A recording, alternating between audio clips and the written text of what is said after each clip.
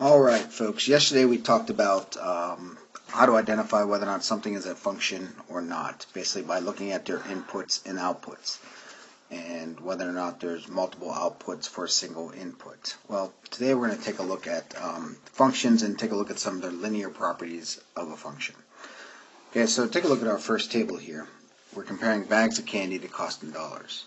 Now, a lot of you who are working on your big math books have come across the proportionality problems, and you're not quite sure how to deal with that and how to tell if something is a proportion. Well, in order to determine if it's a proportion, we need to make sure that the rate is the same for each interval. So is the rate the same here, as the same here, same here, same here, same here. So we want to take a look at these intervals and see if the rate remains the same. So in order to do that, we just simply take a look at a few of these. So m is going to equal y over x. So take a look at the first one. So we're going to put our cost on top. So 1.25 over 1, which in this case is just 1.25. So let's take a look at this interval. Okay, do y over x.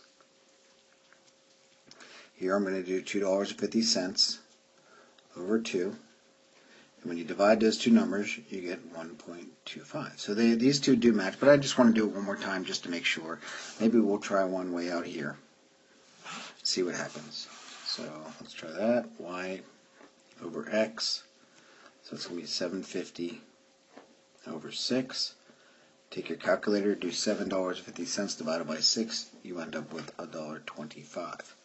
So yes, this is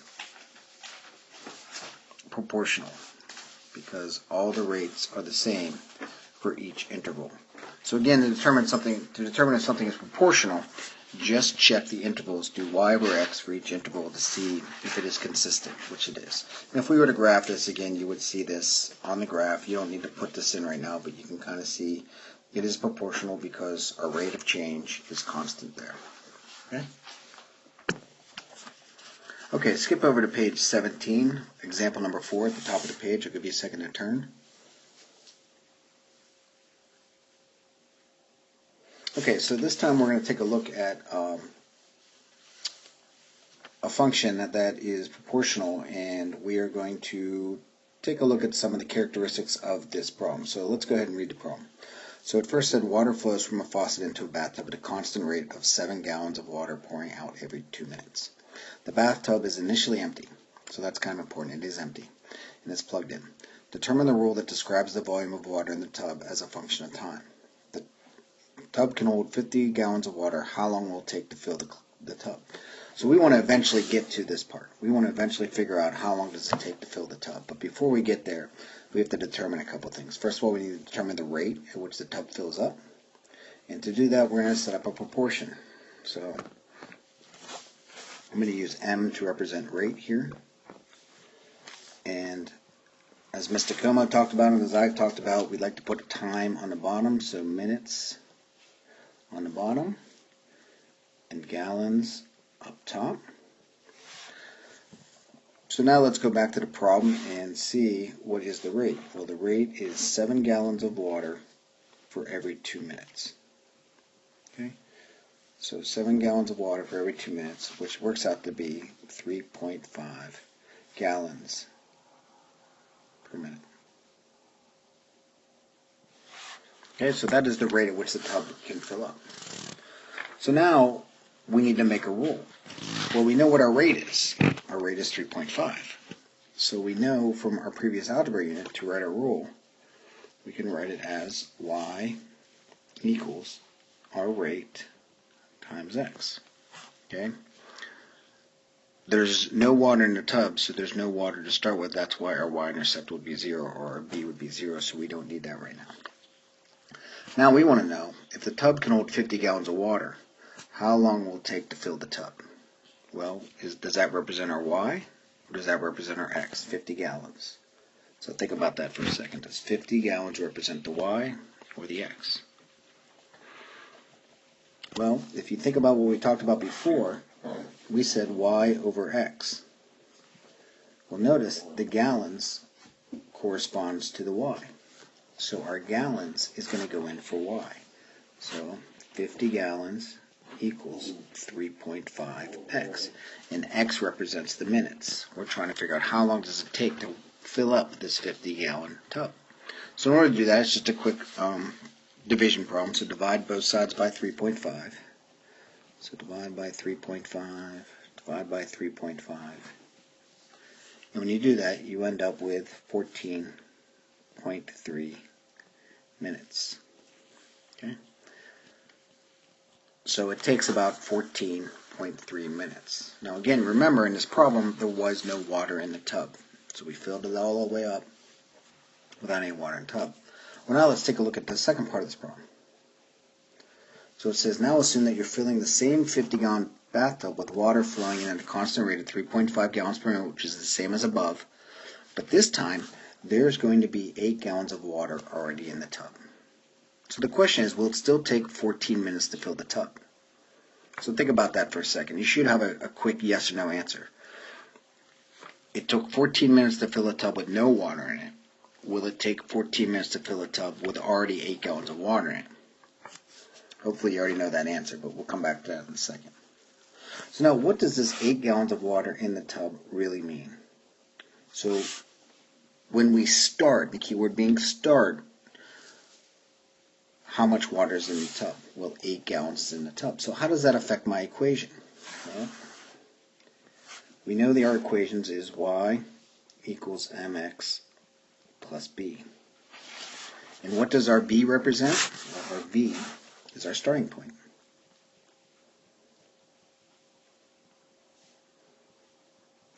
Basically, what's happening at 0 time? Well, at 0 time, we already have 8 gallons in the tub. So now we can rewrite this equation knowing that information. So now, it's going to be y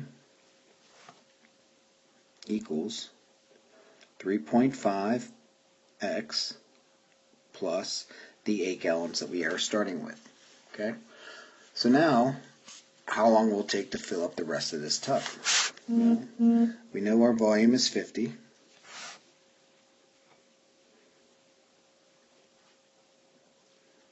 Oops, sorry about that. So we want to get x by itself here, so we got to subtract 8 from both sides.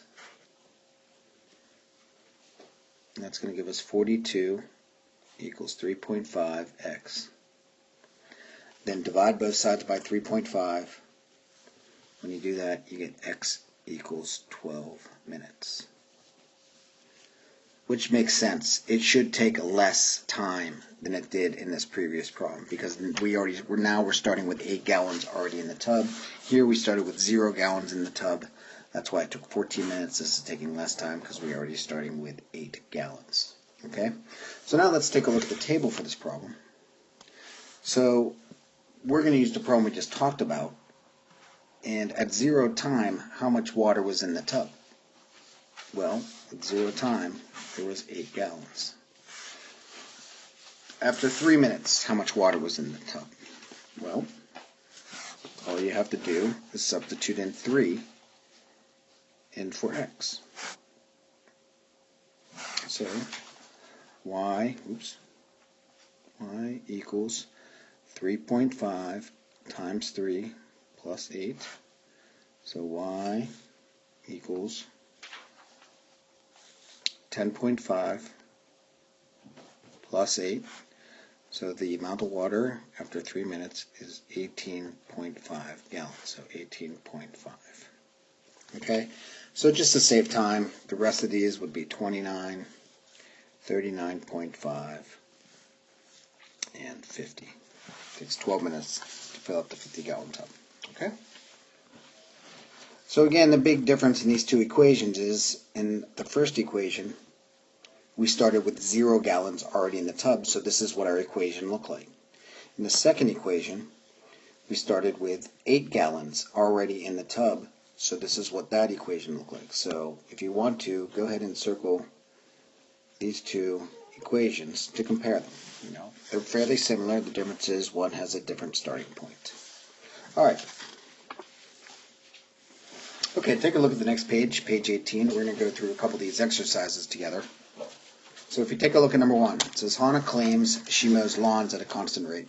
The table below shows the area of the lawn she can mow over different time periods. So here you can see X is minutes, area mowed is Y down here. Okay, is the data presented consistent with the claim that the area mowed is a linear function of time? Well, let's take a look at each one of these intervals and see if it is proportional. That'll tell us that it is linear. So let's take a look at the first interval. So M equals Y over X. So our Y is 36 divided by 5. And when you do that, you end up getting 7.2. Okay, let's take a look at another interval, about 20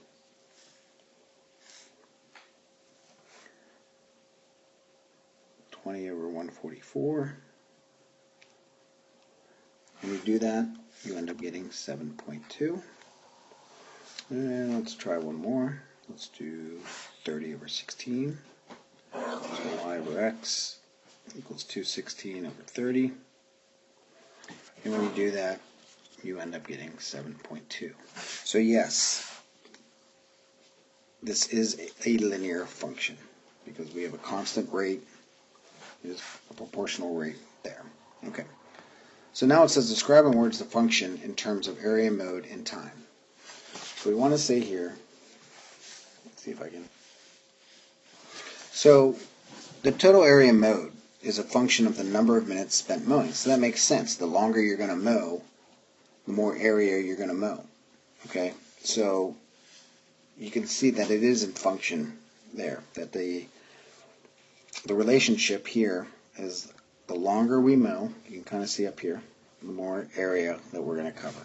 Okay, so at what rate does Hannah mow lawns over a 5-minute period? Well, we kind of already figured that out up here. So the rate would be M equals Y over X. So that would be 36 over 5, which ended up working out to be 7.2 square feet per minute. Okay. At what rate does Hannah mow lawns over 20 minutes? Well, we did that one also. You just kind of look up above. So Y over X, 20. Oops. It's nice to see. Nice, I can correct myself there. It actually should be 144 over 20, which then works out to be 7.2. Make sure you correct it up there. Sorry about that. 7.2 feet squared per minute. A couple different ways to write that. So again, the same thing here with E and F. So you can just kind of take that. It's going to be 7.2, 7.2 down here. Okay, same thing as what we just did up above. Okay, take a look at part G. It says, write the equation that describes the area mowed, y in square feet, as the linear function of time, x in minutes. So we know that when we set up our original formula, m equals y over x, well, if you look back, we can see that y represents area mowed, x represents time. So we want to put mowed on top.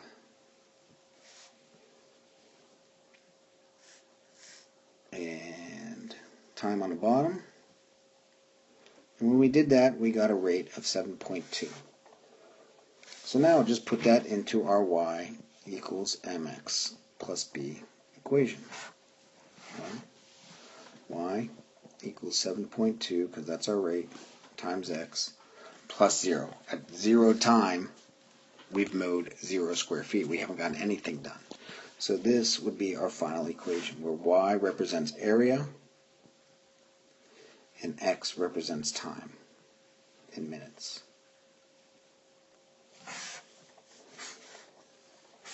Okay, and part H is asking, describe any limitations on the possible values of x and y. So something here would be like x and y must be positive.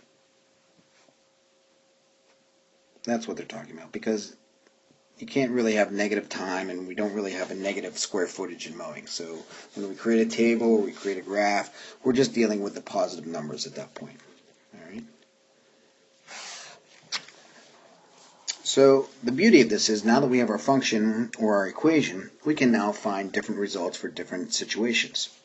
So part I says, what number does the function assign to x equals 24? In other words, what area of lawn can be mowed in 24 minutes? Well, as you can see from our equation up here, x represents minutes. So I'm going to substitute 24 minutes in for x to find out what my y is. So go ahead and write down the equation. Y equals 7.2x. So now y equals 7.2 times 24. And when you do that, you get y equals 172.8 square feet. So in about 24 minutes, you can mow about 172 square feet of yard. Okay, now the next problem, we want to know how long would it take to mow 400 square feet. So we want to know in time how long would it take. So we don't know what x is, but we are given the area. The area is 400 square feet. So in the equation this time, I'm going to fill in the y with 400. So y equals 7.2x, 400 represents the y. Now, to solve for x, which you guys already know how to do, just divide both sides by 7.2, and you end up with 55.6 minutes, or about 56 minutes. Okay, circle that answer. Circle that answer. Okay. Okay, number 2 at the bottom is very similar to the problem we did before with the bathtub. We have a hose and we have the amount of water going through a hose. So part A says describe the function in terms of volume and time. So I'm going to go ahead and type that. You go ahead and write that as well. I can bring it with me. Okay, so the function would be the total volume of water is a function of the number of minutes it's flowing. Okay, so let's take a look at the questions then. It says write the rule for the volume of water in gallons y as a linear function of time in x given minutes. So I know it's linear, so I'm just going to go ahead and write m equals y over x. So it's going to be water over minutes. So I'll just choose one of them. So 44 over 10.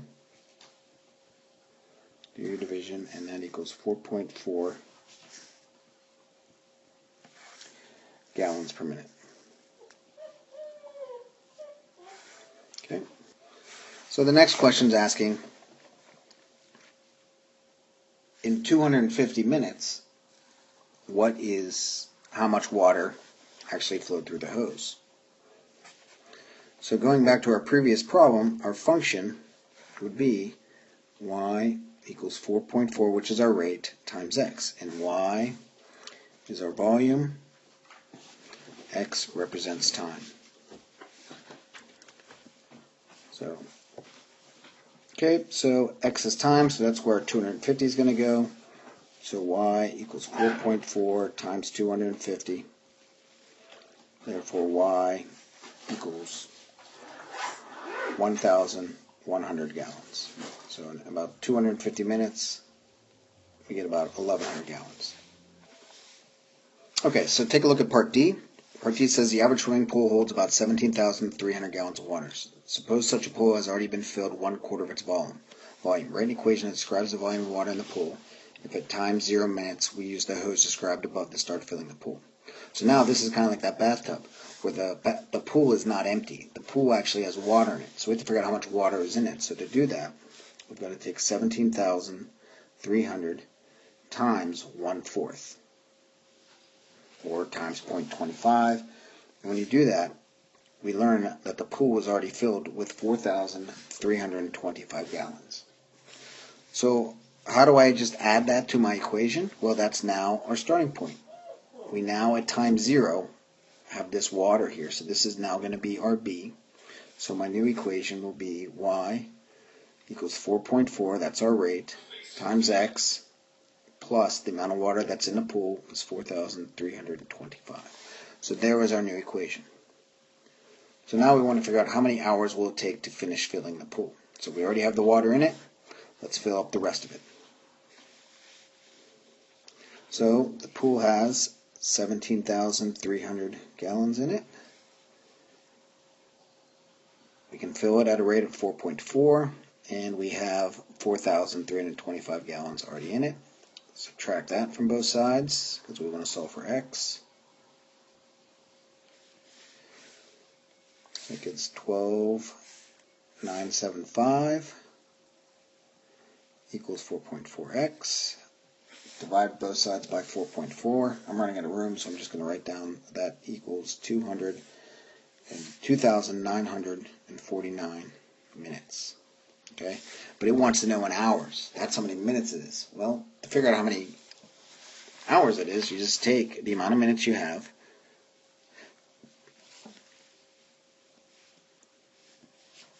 (2949), and divide it by, well, how many minutes are in an hour? 60. And when you do that, you get about 49 hours.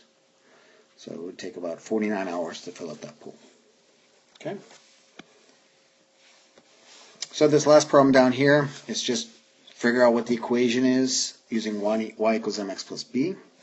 So the first thing we do is look for a starting point, and we see that there is a starting point of 4. So you know that b is 4. So now I just need to find the rate. So to do this, I am simply going to do y minus y over x minus x. So I will choose these two guys here.